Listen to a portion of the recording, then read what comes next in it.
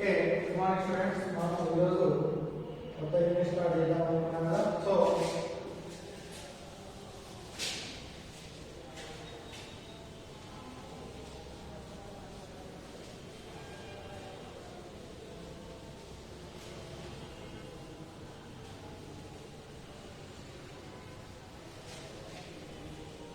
ఈరోజు మనం వచ్చేసి కొత్త యూనిట్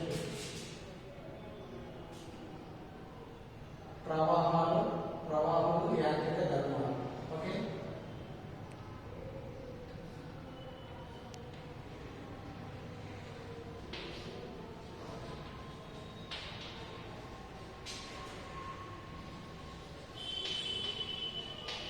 యాంత్రిక ధర్మాలు అందరూ ఏంటి మనం చేస్తున్నాము, ఘన పదార్థాలు వాటి యొక్క యాంత్రిక ధర్మాలు అనుకున్నాం కదా. సో ప్రవాహాలు యాంత్రిక ధర్మాలు. సో దీన్ని మెకానికల్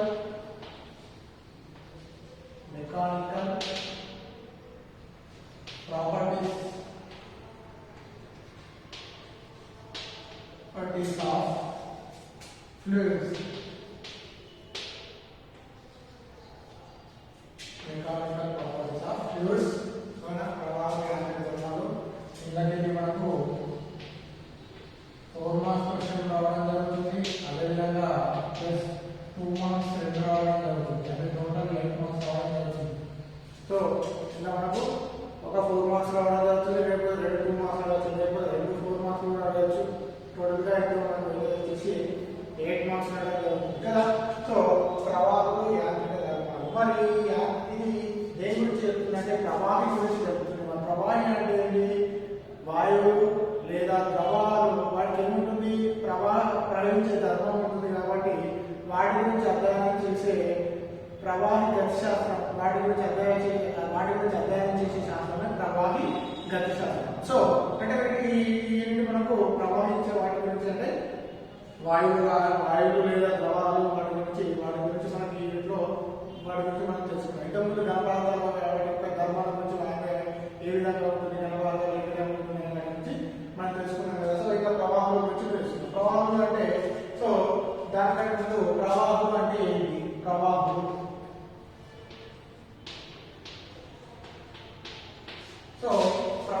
అంటే ఏంటి? సో ప్రవాహాలు అంటే వాయువులు లేదా ద్రవాలు ఏంటిది? ప్రవహించే ధర్మాన్ని కలిగి ఉంటాయి. ఏం కలిగి ఉంటాయి? వాయువులు లేదా ఏంటిది ద్రవాలు ఏం కలిగి ఉంటాయి?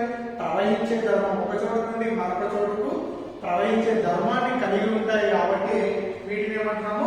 ప్రవాహాలు అంటున్నాము. ఓకేనా? ఏమంటున్నాము? ప్రవాహాలు. ఈ ప్రవాహాలు ఇప్పుడు ప్రవాహం తీసుకున్నట్టయితే దీని యొక్క ప్రవాహం ఏంటంటే 2 రకాలు ప్రవాహాలు వస్తున్నట్టంటే ధారారేఖ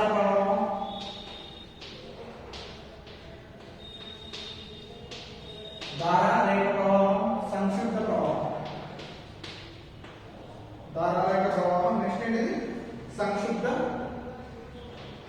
ప్రవాహం.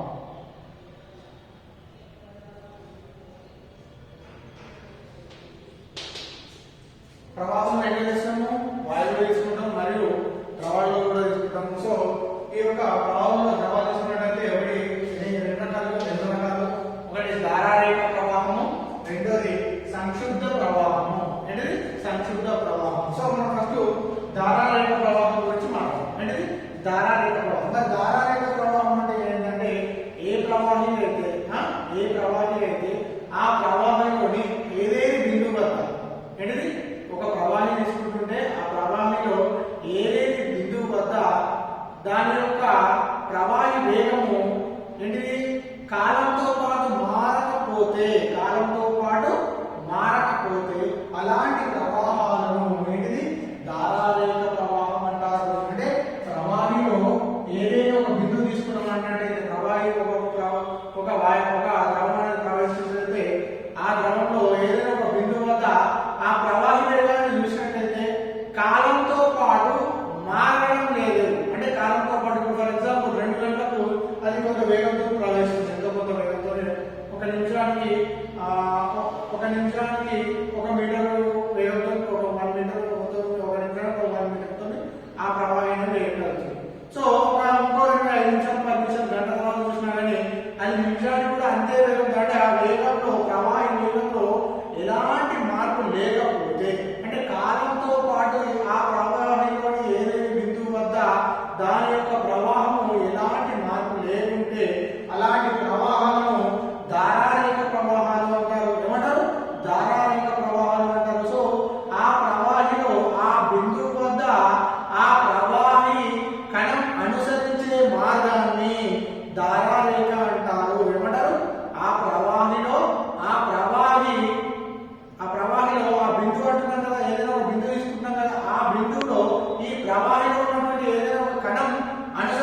మార్గం ఉంటుంది చూడు, ఆ అనుసరించే మార్గాన్ని ఏమంటాము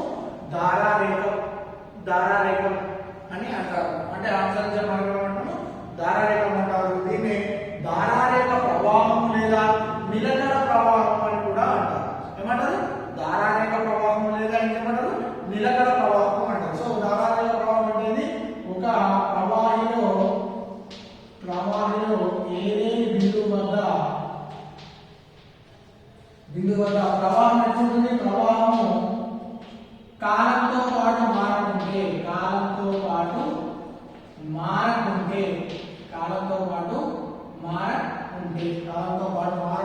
అలాంటి ప్రవాహాన్ని ఏమంటున్నాము ధారారేఖ ప్రవాహం అంటారు. నెక్స్ట్ ఏమంటున్నాము సంక్షుబ్ధ ప్రవాహం. ఏంటి నెక్స్ట్ అంటే సంక్షుబ్ధ ప్రవాహం. సంక్షుబ్ధ ప్రవాహం అంటే ఒక ప్రవాహం తీసుకున్నట్లయితే ఆ ప్రవాహిలో ఏదైనా ఒక బిందువు వద్ద ఆ ప్రవాహం యొక్క వేగము కాలంతో పాటు మారుతూ ఉన్నటువంటి అలాంటి ప్రవాహం సంక్షుబ్ధ ప్రవాహం అని అంటున్నాం. ఏమంటున్నాము సంక్షుబ్ధ అంటే కాలంతో పాటు ఈ ప్రవాహం యొక్క వేగం ఏ విధంగా ఏమవుతుంది మారుతుంది. ఏమవుతుంది కాలంతో పాటు ఏదైనా బిందువు వద్ద దాని యొక్క ప్రవాహ వేగం ఏ విధంగా ఏమవుతుంది మారుతుంది. ఇప్పుడు ఫర్ ఎగ్జాంపుల్ 1 నిమిషానికి 1 మీటర్ పోతే ఇంకో గంట తర్వాత చూస్తే 1 నిమిషానికి ఒక 10 మీటర్ల దూరంతో ప్రవహిస్తున్నట్లయితే సో దాన్ని ఏమంటారు సంక్షుబ్ధ ప్రవాహం అంటారు. సో కాలంతో పాటు ప్రవాహి అనేది వేగం మారకపోతే అలాంటి ప్రవాహం ధారారేఖ ప్రవాహం అంటారు. కాలంతో పాటు దాని యొక్క ప్రవాహము ఒక బిందువు వద్ద మారుతున్నట్లయితే దాని సంక్షుబ్ధ ప్రవాహం అంటారు. ఈ విధంగా ప్రవాహం ఏంటంటే ధారారేఖ ప్రవాహము మరియు సంక్షుబ్ధ ప్రవాహం తీసుకోవచ్చు. నెక్స్ట్ మనకు ఇలా ప్రవాహం యొక్క మనకు కొన్ని తీసుకున్నట్లయితే ప్రవాహంలో సగటు పీడనం. ఏంటిది సగటు పీడనం యావరేజ్. సగటు పీడనం అంటే తెలుస్తుంది. సగటు పీడనం అంటే ఏకైక వైశాల్యంపై పనిచేసే అభిలంబ బలాన్ని ఏమంటాము సగటు పీడనం అంటాము. ఏకాంక వైశాల్యంపై పనిచేసే మొత్తం వైశాల్యంపై పనిచేసే మొత్తం బలాన్ని ఏమంటున్నాము సగటు పీడనం అంటాము. మనము ఘనపదార్థంలో చూసుకున్నట్లయితే ప్రతిఫలం కూడా చూసుకున్నాము. ఏకాంక వైశాల్యంపై పనిచేసే ఏది ఏకాంక వైశాల్యంపై పనిచేసే బలాన్ని ఏమంటాము ప్రతిఫలం అంటున్నాం కదా. సో ఘనపదార్థంలో చూసుకుంటే ప్రతిఫలం అంటారు. మనం వాయువులో మరియు ప్రవాహంలో చూసుకున్నట్లయితే దాన్ని వచ్చేసి దాన్ని ప్రదేశ పీడనంగా తీసుకుంటారు. సో పీడనం P యావరేజ్ ఏంటిది మొత్తం బలంపై ఏంటిది మొత్తం వైశాల్యం.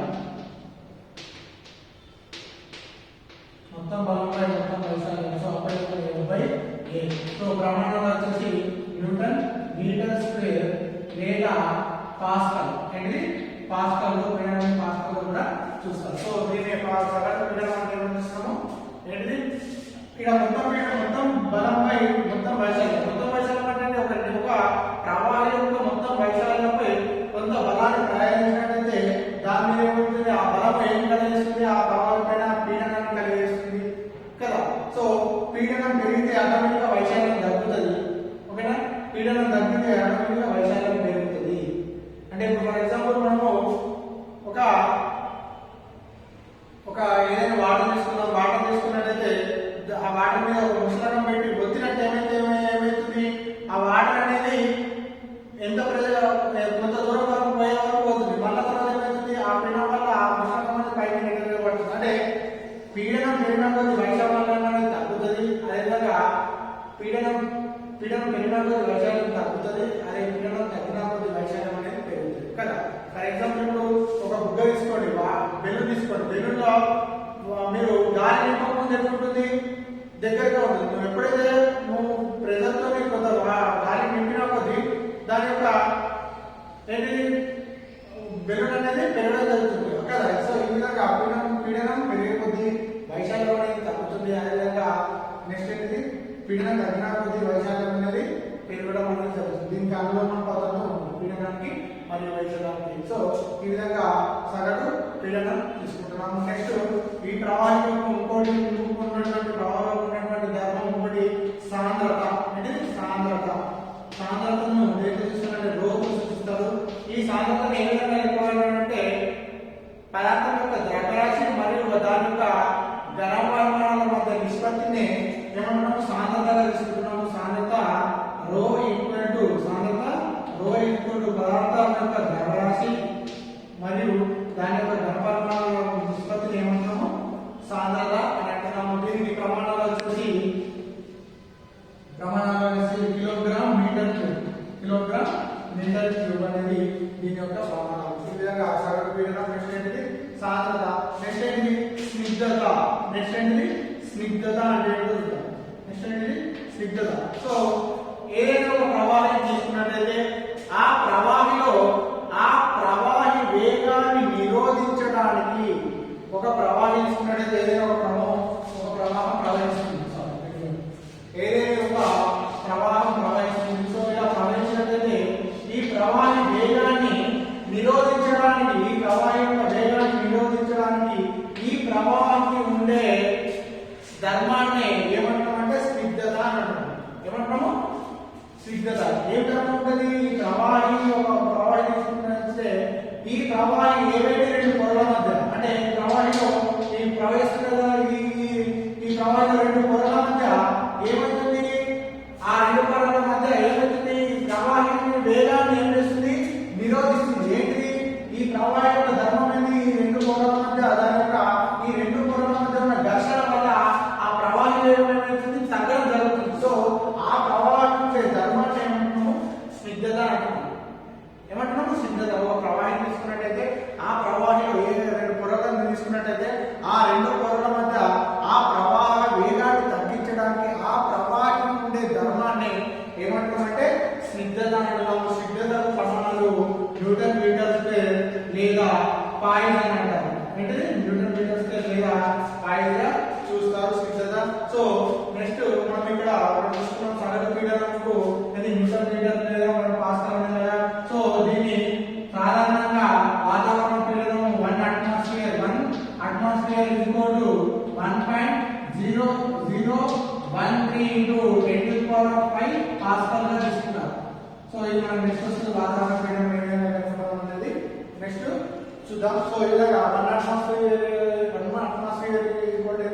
1.013 into 10⁵ పాస్కల్ గా తీసుకుంటారు సగటు వాతావరణ పీడనాన్ని. సో వాతావరణ పీడనాన్ని వాతావరణ పీడనాన్ని యావరేజ్ తీసుకుంటారు. ఓకేనా.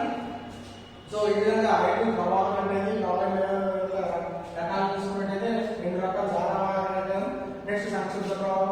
సో ప్రవాహి అనేది కాలంతో పాటు దాని వేగంలో మార్పు వచ్చినట్టయితే దాని ధారావాహిక రాకుంటే దాని ధారారేఖ ప్రవాహం అంటారు. కాలంతో పాటు దాని యొక్క వేగం మార్చినట్టయితే దాన్ని సంక్షిప్త ప్రవాహం అంటారు.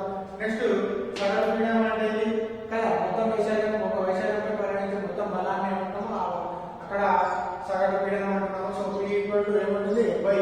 సో న్యూటన్ మీటర్ స్క్వేర్ లేదా పాస్కల్ అంటే వాతావరణ పీడనం యావరేజ్ గా 1.013 పాస్కల్ గా తీసుకోవడం జరుగుతుంది. నెక్స్ట్ ఇంకో ధర్మం ప్రవాహం ధర్మం సాంద్రత ఒక్కొక్క దానిలో ఒక రకమైన సాంద్రత ఉండడం జరుగుతుంది.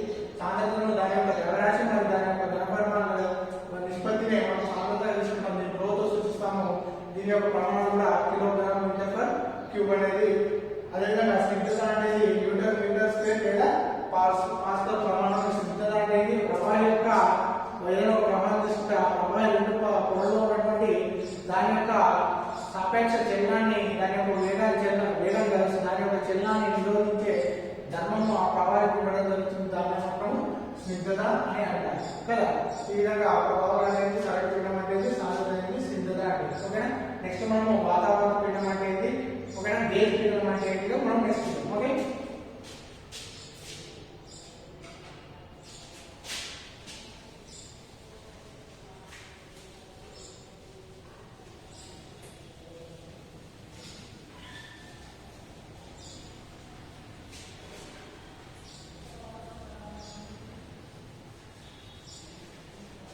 వాతావరణ పీడనం అంటే ఇంకోటి ఒక టాపిక్ ఉంది, మాగ్నస్ ప్రభావం అంటే ఏంటి. మాగ్నస్ ప్రభావం అంటే ఏంటి, మాగ్నస్ ప్రభావం అంటే ఏంటి. మరి మాగ్నస్ ప్రభావం అంటే ఏంటి. సో మాగ్నస్ ప్రభావం అంటే ఏమైనా ఏదో స్ప్రింగ్ గమనంలో ఉన్నటువంటి ఒక బంతి గమనంలో స్పిన్ తిరుగుతున్నటువంటి ఒక బంతిని తీసుకున్నట్టయితే అండ్ స్పిన్ గమనంలో ఉన్న ఒక బంతిపై దానిపై గల గతిక ఉత్తాపననే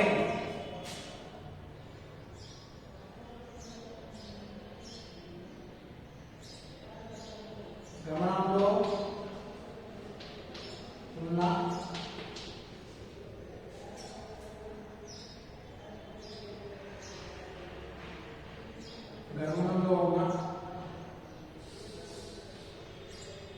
స్పిన్ బంతిపై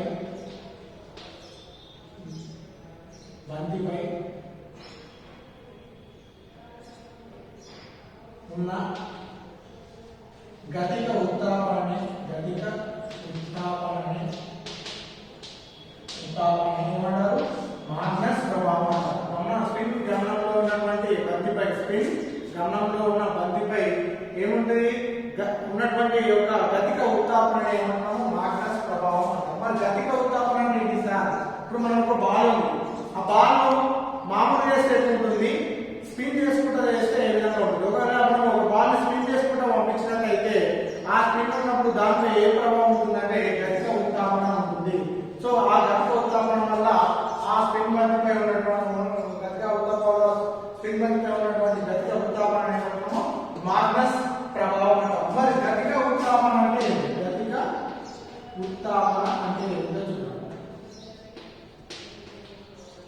గతిక ఉత్తాపన అంటే ఏంటి? సో గతిక ఉత్తాపన అంటే ఏంటి? ఒక వస్తువు ప్రవాహిలో ఉన్నట్టయితే అది వాయువులో తీసుకున్నట్టయితే ఒక వస్తువు ప్రవాహిలో ఉన్నట్టయితే ఆ వస్తువుపై నికర ఊర్ధ్వ బలం పనిచేస్తుంది. దాన్ని ఏమంటున్నాము? గతిక ఉత్తాపన అంటున్నాము.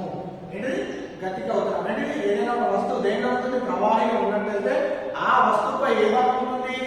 ఊర్ధ్వ బలం పనిచేయడం జరుగుతుంది. దాన్ని ఏమంటున్నాము? ఏమంటే గతిక ఉత్తాపన అంటున్నాము. సో ఈ గతిక ఉత్తాపనకి ఉదాహరణ తీసుకున్నట్టయితే ఒక బాల్ తీసుకోండి, స్పిన్ రహిత బాల్ తీసుకోండి. సో ఇది గాలిలో మనకు కొంత వేగంతో పోయినట్లయితే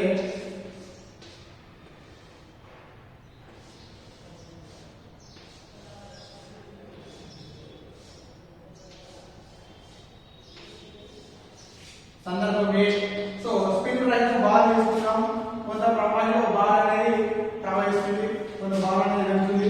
సో వెళ్తున్నప్పుడు దీని యొక్క బాల్ పైన వేగాల్లో గాలి యొక్క వేగాల్లో ఎలాంటి తేడా రాలేదు. సో ఆటోమేటిక్ గా పీడనాల్లో కూడా ఏ విధమైనటువంటి తేడా రాలేదు. సో ఆటోమేటిక్ గా బాల్ పైన ఏ పీడనాల్లో తేడా రాలేదు కాబట్టి ఇది మామూలుగా వెళ్ళిపోవడం జరుగుతుంది. అదే నెక్స్ట్ స్పిన్ గల బాల్ తీసుకుంటాం. నెక్స్ట్ అనేది స్పిన్ అవుతున్న బాల్ తీసుకున్నట్టయితే సో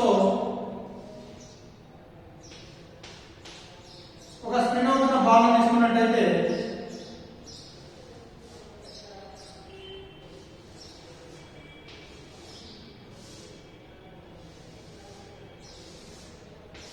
సో ఈ విధంగా ఉంటుంది. ఎందుకంటే ఈ స్పిన్ అవుతున్న బాల్ పైన ఏమవుతుంది? గాలి యొక్క వేగం అనేది పెరుగుతుంది. సో గాలి యొక్క వేగం అనేది పెరిగినప్పుడు ఆటోమేటిక్ గా పీడనం ఏమవుతుంది? తగ్గుతుంది. గాలి యొక్క వేగం పెరిగినప్పుడు పీడనం ఏమవుతుంది? తగ్గుతుంది. సో పైన గాలి వేగం పెరగగానే కింద గాలి యొక్క వేగం ఏమవుతుంది? తగ్గుతుంది. గాలి యొక్క వేగం తగ్గుతున్నట్టయితే ఇక్కడ ఏమవుతుంది? పీడనం అనేది పెరుగుతుంది. ఆటోమేటిక్ గా పీడనం అనేది పెరిగినప్పుడు కిందికి ఏమవుతుంది? ఈ బంతి పైన ఊర్ధ్వ బలం అనేది పనిచేస్తుంది. మీరు ఒకసారి చూడండి, ఎగ్జాంపుల్ మనం ఒక బాల్ వేసుకున్నట్టయితే బాల్ వేసినట్లయితే ఆ బాల్ ఏ విధంగా పడుతుంది? ఈ విధంగా పడడం జరుగుతుంది. పోదు కదా, ఎందుకంటే అప్పుడు బంతి కొంత వేగంతో పోయినప్పుడు దాని మీద ఏం పనిచేస్తుంది? పీడనం అనేది కింది నుంచి పైకి పనిచేయడం వల్ల ఊర్ధ్వ బలం అనేది పనిచేయడం వల్ల దాని యొక్క ఈ పనిచేసే ఈ కింది నుంచి ఊర్ధ్వ బలం పనిచేయడం వల్ల పై గతిక ఉత్తాపనకు గురవడం జరుగుతుంది. సో గతిక ఉత్తాపన కలిగినట్టు దాన్ని మాగ్నస్ ప్రభావం అని అంటాము. సో ఈ విధంగా గతిక ఉత్తాపనకి మనం ఎగ్జాంపుల్ తీసుకోవచ్చు. కదా ఎగ్జాంపుల్ మనం తీసుకోవచ్చు. సో ఈ విధంగా మాగ్నస్ ప్రభావం అంటే ఏమిటి? సో ఇది 2 మార్క్స్ ఆడడం జరుగుతుంది. అదేవిధంగా ఇది 4 మార్క్స్ గతిక ఉత్తాపన వచ్చేది మనం 4 మార్క్స్ అనేది రావడం జరుగుతుంది. ఓకేనా? ఈ విధంగా ఏంటిది మాగ్నస్ ప్రభావం అంటే ఇది. నెక్స్ట్ గతిక ఉత్తాపన అంటే ఏమిటి? మాగ్నస్ ప్రభావం అంటే ఇది గమనంలో ఉన్న స్పిన్ బంతిపై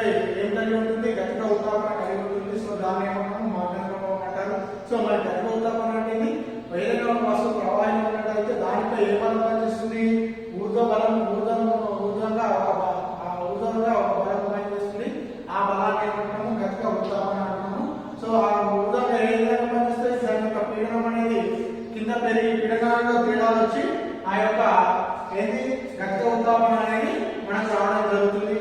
పీడనం ఎప్పుడు జరుగుతుంది? దాని యొక్క బంతిపై గాలి యొక్క వేగాలతో పీడ వచ్చినప్పుడు గతిక తాపం అనేది పనిచేయడం జరుగుతుంది. ఈ విధంగా వాటిక ప్రభావం అంటే అదేవిధంగా గతిక మాగ్నెటిక్ ప్రభావం నుంచి మరియు గతిక ఉత్తాపం అనే విధంగా తీసుకుంటాం. ఈ విధంగా చెప్పవచ్చు. నెక్స్ట్ వాతావరణ పీడనం అంటే దేని పీడనం అంటే చూద్దాం. ఓకే,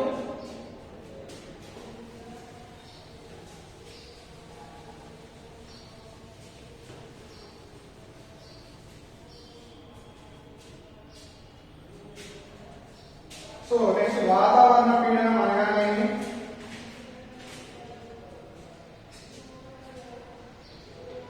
వాతావరణ పీడనం అనగా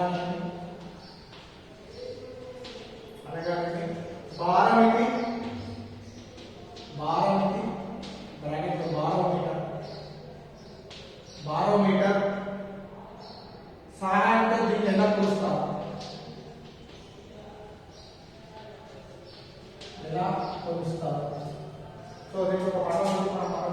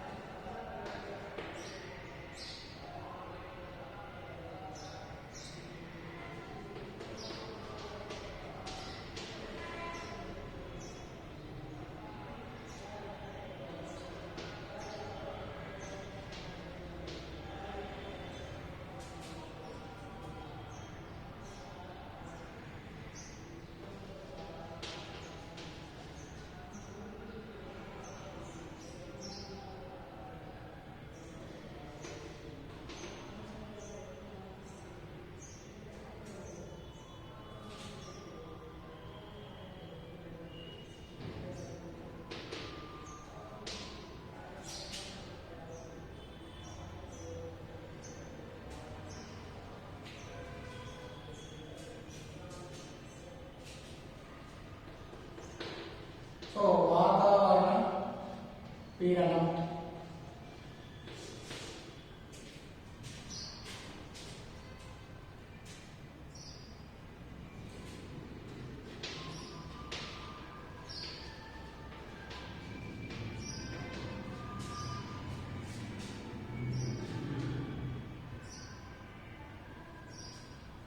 సో వాతావరణ పీడనం అంటే ఏంటి అంటే వాతావరణ పీడనం అనేది ఏదైనా బిందువు వద్ద వాతావరణ పీడనం అనేది ఏదైనా ఒక బిందువు తీసుకున్నట్టయితే ఏదైనా బిందువు వద్ద వాతావరణ పీడనం అనేది ఆ బిందువు నుండి ఏంటిది ఆ బిందువు నుండి వాతావరణం పై అంచు కొన వరకు వాతావరణం పై అంచు కొన వరకు వాతావరణం పై అంచు కొన వరకు ఏకాంక మధ్యఛేద వైశాల్యం గల ఏంటిది ఏకాంక మధ్యఛేద వైశాల్యం గల వాయు స్తంభం బరువుకు సమానం అవుతుంది. దీన్ని ఏమంటాం? వాతావరణ పీడనం అంటారు. వాతావరణ పీడనం 1 atmosphere ఆల్రెడీ చెప్పిన 1.013 into 10⁵ పాస్కల్ వాతావరణ పీడనం. సో దీన్నే వాతావరణ పీడనం అంటారు. వాతావరణ పీడనం అనేది ఏదైనా ఒక బిందువు వద్ద వాతావరణ పీడనం తీసుకున్నట్లయితే అది వాతావరణంలోని ఆ బిందువు నుంచి ఆ వాతావరణంలోని పై అంచు దాకా వాతావరణం పై వరకు కొనసాగిస్తుంటూ ఏకాంక మధ్యఛేద వైశాల్యం గల వాయు స్తంభం యొక్క బరువులకు సమానం అవుతుంది. దాన్ని ఏమంటారు? వాతావరణ పీడనం అంటారు. సో వాతావరణ పీడనాన్ని మరి ఏ విధంగా కొలుస్తారో భారమితి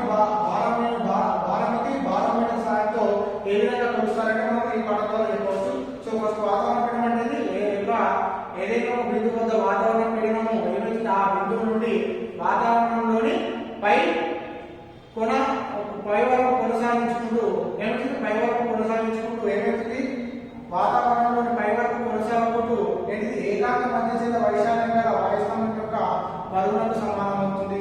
దాని 1 atmosphere 1.01 into 10⁵ పాస్కల్ గా తీసుకోవడం జరుగుతుంది కదా. సో వాతావరణ పీడనాన్ని మరి ఏ విధంగా చూస్తామంటే ఒక బార్మీతో సాయంతో తీస్తారు. సో బార్మీ అంటే ఒక టబ్ తీసుకుంటాం, దాన్ని పారసంతో నింపుతాం. అదేవిధంగా ఇంకొకటి ట్యూబ్ తీసుకుంటాం, ఈ ట్యూబ్ కూడా పారసంతో నింపుతాం. పారసం నింపి ఏం చేస్తాం, ఆ యొక్క పారసం టబ్బులో దాన్ని బోధిస్తాం. బోధించినట్టయితే సో ఏమవుతుందంటే ఈ పారసం అనేది కొంచెం పైకి ఎగబాగడం జరుగుతుంది. ఆల్రెడీ పారసం ఉంటుంది. సో ఇక్కడ కొంత ఖాళీ ప్రదేశం ఏర్పడుతుంది. దాని యొక్క ఎండికి ఇందులో పారస యొక్క ఖాళీ స్థలం ఏర్పడుతుంది. దాన్ని మనము పెద్దగా లెక్కలోకి తీసుకోవాల్సిన అవసరం లేదు. దీని యొక్క పీడనం చాలా తక్కువ ఉంటుంది కాబట్టి.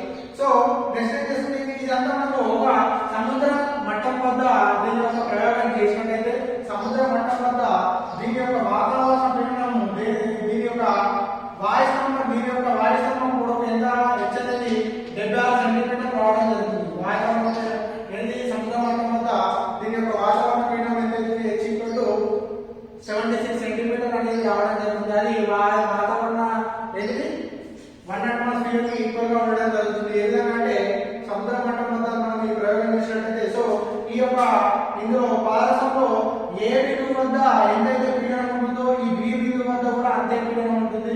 సో ఈ బి బిందువు వద్ద ఏంటి వాతావరణ పీడనం అనేది కూడా బి బిందువు వద్ద ఈక్వల్ గా ఉండడం జరుగుతుంది. సో అప్పుడు ఈ యొక్క ఏదైతే ఈ హెచ్ ఏదైతే హెచ్చుందో ఈ హెచ్ అనేది వాతావరణ పీడనాన్ని బట్టి వివిధ ప్రదేశాలను బట్టి ఈ వాయుస్తంభం యొక్క పొడవు అనేది మారుకుంటూ రావడం జరుగుతుంది. ఈ విధంగా మనము వాతావరణ పీడనాన్ని లెక్కిస్తాం. సో ఇక్కడ మనం ఏం తెలుసుకుంటామంటే ఏ బిందువు వద్ద వాతావరణ పీడనం ఏ బిందువు వద్ద పీడనము ఈక్వల్ టు బి బిందువు వద్ద పీడనము, అదేవిధంగా నెక్స్ట్ ఏంటిది ఈక్వల్ టు వాతావరణ పీడనం ఈక్వల్ టు వాతావరణ పీడనం. సో అప్పుడేమో తీసుకోవాలంటే A equal to B equal to so ఇక్కడ వాతావరణ పీడనం ఏంటంటే PA equal to rho GH రావడం జరుగుతుంది. సో ఒక P ఈక్వల్ టు సో వాతావరణ పీడనం PA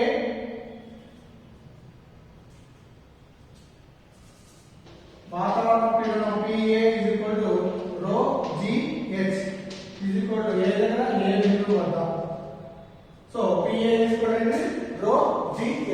సో వాతావరణ అంటే మనం ఏ బిందువు వద్ద పీడనం కూడా B1 వద్ద పీడనం తీసుకోవాలి వాతావరణ పీడనం ఈక్వల్ అవుతుంది. So PA is equal to ఇక్కడ rho GH. rho అంటే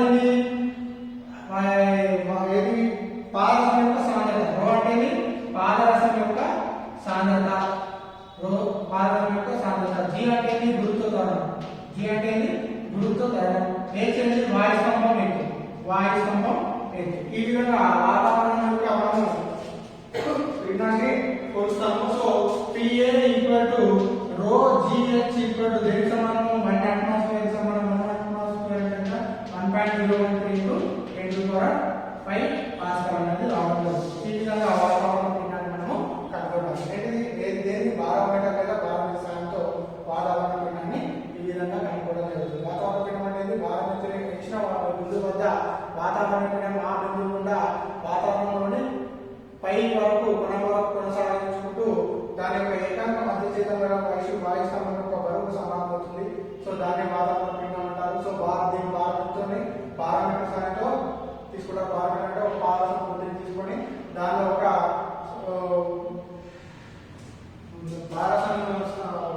ఒక బీకర్ తీసుకుని దానిలో ఇంకో మనం ఒక ట్యూబ్ ఇస్తాం పారసమైనటువంటిది. సో ఇక్కడ కొంత ఎత్తు వరకు సముద్ర నీటి వరకు దీని యొక్క వాయుస్తంభం కూడా ఉంటుంది. అది ఈక్వల్ అయింది వాతావరణ పీడనం ఈక్వల్ అవుతుంది. సో ఇక్కడ ఏ బిందువు వద్ద పీడనం బి వద్ద పీడనం ఈక్వల్ టు దేనికి సమానం అవుతుంది వాతావరణ పీడనానికి సమానం అవుతుంది. సో PA ఈక్వల్ టు ఏ బిందువు వద్ద పీడనానికి సమానం అవుతుంది. సో వాతావరణ పీడనం తీసుకోవడానికి రో GH. ఇక్కడ రో అంటే సాంద్రత, G అంటే గురుత్వాకర్షణ, H అంటే ఇక్కడ ఉన్నటువంటి వాయుస్తంభం కూడా 76 సెంటీమీటర్స్ కదా. ఈ విధంగా ఒక సముద్ర మట్టం వద్ద దాని యొక్క వాతావరణ పీడనం అయితే H 76 సెంటీమీటర్స్. ఇది 1 atmosphere కి ఈక్వల్ గా అవుతుందని మనం ఎవరైనా ద్వారా తెలుసు. సో ఈ వాతావరణం యొక్క పీడనాన్ని బట్టి ఈ వాయుస్థానం యొక్క ఎత్తు అనేది మారుతుంది. ఈ విధంగా వాతావరణ పీడనాన్ని కనుగొంటాం. ఓకేనా? ఈ విధంగా వాతావరణ పీడనం అనేది భారతీయ సాయంతో వాతావరణ పీడనాన్ని ఈ విధంగా పోలుస్తాము. ఓకేనా? నెక్స్ట్ మనకు గేజ్ పీడనం అంటే ఏంటో మనం నెక్స్ట్ చూద్దాం.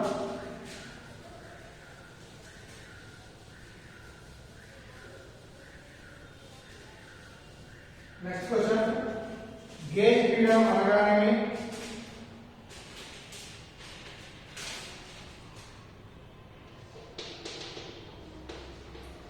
గేజ్ పీడనం అంటే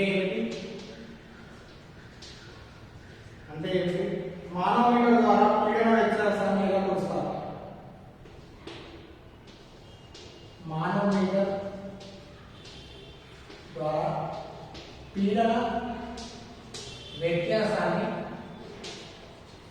ఏ విధంగా కొలుస్తారు? సో ఇందులో పడం ఉంది.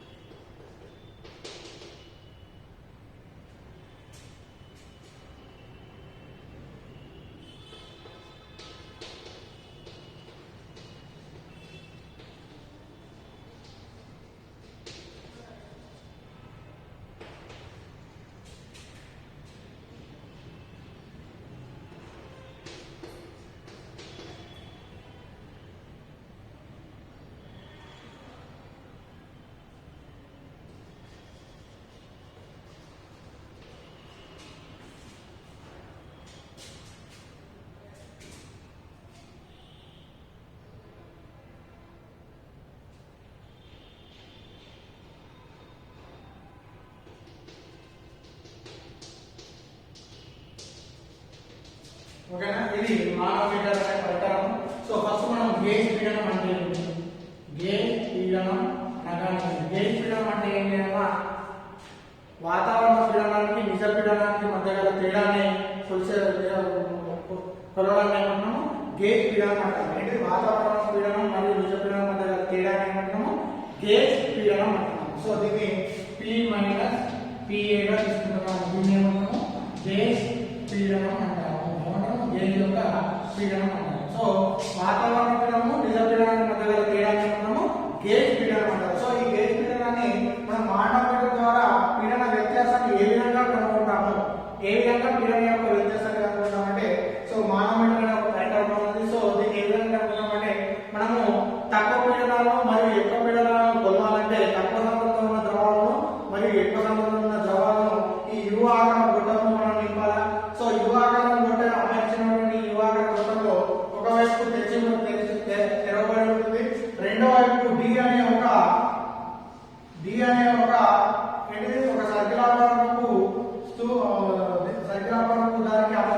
సర్కిల్ ఆకారపు దానికి అమర్చబడి ఉంటుంది. సో దీంట్లో మనం గాలి యొక్క పీడనాన్ని కొలవడానికి D అనేది ఉపయోగపడుతుంది.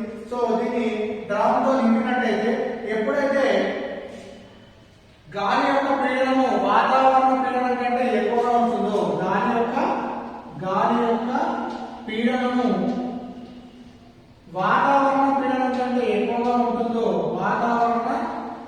కంటే ఎక్కువగా ఉంటుందో, అప్పుడు ఇది ఏ అనే స్థానం నుంచి కొంచెం కిందికి జరగడం జరుగుతుంది. అదేవిధంగా C అనే స్థానానికి ఆ యొక్క ద్రవం అనేది పైకి రావడం జరుగుతుంది. సో ఈ విధంగా ఆ యొక్క పీడనంలో వ్యత్యాసం అనేది తేడా రావడం జరుగుతుంది. ఈ విధంగా ఎప్పుడైతే గాలి యొక్క పీడనం అయితే దీంట్లో ఉన్నటువంటి గాలి యొక్క పీడనం వాతావరణ పీడనం కంటే ఎక్కువైనప్పుడు ఆటోమేటిక్ గా ఈ ఏ అనే స్థానం నుంచి కిందికి రావడం జరుగుతుంది. సో అప్పుడేమవుతుంది, ఇటు కిందికి జరగగానే ద్రవం అనేది పైకి జరగడం జరుగుతుంది. అప్పుడు C నుంచి పైకి రావడం జరుగుతుంది. సో ఇక్కడ ఏ వద్ద ఎంతైతే పీడనం ఉంటుందో అదేవిధంగా B వద్ద కూడా అంతే పీడనం ఉంటుంది. అదేవిధంగా B వద్ద ఎంత పీడనం ఉంటుందో C వద్ద కూడా అంతే పీడనం ఉంటుంది. సో అప్పుడు ఆ యొక్క ఈ U ఆకారం గొట్టంలో A వద్ద పీడనము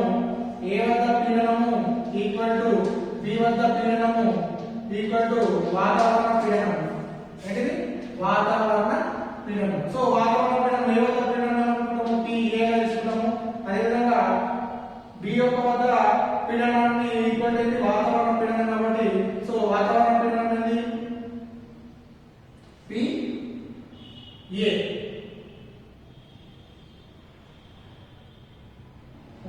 PA అదేవిధంగా PB ఈక్వల్ టు వాతావరణ పీడనం ఏంది రో GH కదా. వాతావరణ పీడనం రో GH. కానీ ఇక్కడ చూడండి PA ఈక్వల్ టు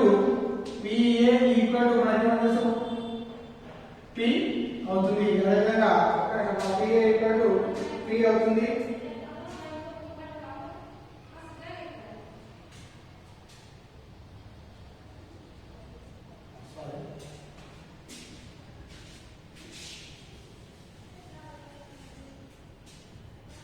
సో గాలి యొక్క పీడనం వాతావరణ పీడనం అంటే ఏ వద్ద అయితే ఎంత పీడనం ఉంటుందో ఏ వద్ద పీడనము ఈక్వల్ టు B వద్ద పీడనము ఈక్వల్ టు C వద్ద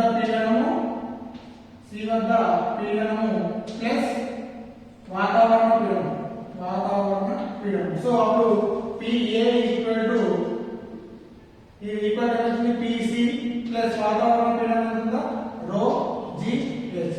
కానీ మనకు PA ఈక్వల్ టు ఏమని తెలుసు P అని తెలుసు. అదేవిధంగా PC equal to PA equal to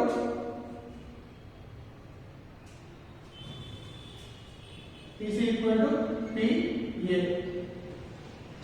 so అప్పుడు తీసుకున్నట్లయితే PA దగ్గర P ప్రతిక్షేపించినట్లయితే P equal to PC equal to PA plus రో GH. సో ఇక్కడ ఉన్నట్లయితే P మైనస్ C తీసుకొస్తే PA ఈక్వల్ టు మనకు రో GH. దీని యొక్క గేజ్ సో రో GH ఈక్వల్ టు మనకు P minus PA equal to PG అంటే గేజ్ పీడనంగా తీసుకున్నాం. సో రెండు వాతావరణ పీడనాల మధ్య వ్యత్యాసం ఏమవుతుంది దాని యొక్క గేజ్ పీడనం అనేది రావడం జరుగుతుంది. సో ఈ విధంగా మానవ యొక్క సహాయం ద్వారా ఏంటిది పీడనాల వ్యత్యాసాన్ని కనుక్కుంటాం. సో ఫస్ట్ గేజ్ పీడనం అంటే ఏంటంటే రెండు పీడనాల మధ్య వ్యత్యాసాన్ని గేజ్ పీడనం అంటారు. ఏ రెండు పీడనాలు నిజ పీడనం మరియు వాతావరణ పీడనం మధ్య గల తేడా ఏమన్నాము గేజ్ పీడనం అంటారు. సో దానికి మానవ సహాయంతో పీడనాల వ్యత్యాసాన్ని ఏ విధంగా తీసుకున్నామంటే తక్కువ పీడనం మరియు ఎక్కువ పీడనాలను కొన్నామంటే తక్కువ సాంద్రత ఎక్కువ సాంద్రత ఉన్న ద్రవాన్ని యువాకార గొట్టాల్లో తీసుకుంటాము. ఆ యువాకార గొట్టంలో ఒక చివర తెరచబడి ఉంటుంది, ఇంకో చివర DNA యొక్క దీని యొక్క గాజు బల్బుకు బిగించబడి ఉంటుంది. సో ఈ Dలో గాలి యొక్క పీడనం కొలవడానికి అనుకూలంగా ఉంటుంది. సో ఎప్పుడైతే మనము గాలి యొక్క పీడనం వాతావరణ పీడనం కంటే ఎక్కువ ఉందనుకో ఏ స్థానం నుంచి కొంచెం కిందికి రావడం జరుగుతుంది, ఆటోమేటిక్ గా C అనేది పెరగడం జరుగుతుంది. సో ఈ విధంగా పీడనంలో వ్యత్యాసం అనేది రావడం జరుగుతుంది. అప్పుడు ఏ వద్ద పీడనము ఇప్పుడు B వద్ద పీడనం ఉంటుంది, B వద్ద పీడనం ఇప్పుడు C వద్ద పీడనం ఉంటుంది. సో ఏ వద్ద పీడనం B అనుకున్నాము, B వద్ద పీడనం ఇంకో C వద్ద పీడనం కాబట్టి ప్లస్ అక్కడ ఉన్నటువంటి ఏంటి రో GH దాని యొక్క దానికి ఉపయోగం ఉంటుంది రో GH ఉంటుంది. So PA equal to PC plus రో GH. So PA equal to ఏంటి నిజ పీడనము. సో PC ఈక్వల్ టు ఏంటి ఈక్వల్ టు వాతావరణ పీడనానికి సమానం అవుతుంది. So therefore P equal to P equal to PA plus రో GH. కానీ మనకు ఈ PA ని తీసుకొస్తే P మైనస్ PA ఈక్వల్ రో GH. రో GH అనేది ఇక్కడ ఏమవుతుంది గేజ్ పీడనం అవుతుంది. So PA minus P minus PA equal అవుతుంది PG అవుతుంది. దాన్ని గేజ్ పీడనం అంటారు. ఈ విధంగా గేజ్ పీడనం అంటే అదేవిధంగా మానోమీటర్ యొక్క ద్వారా పీడనం వ్యత్యాసం ఈ విధంగా తెలుసుకోవచ్చు. మన ఇంత క్లాస్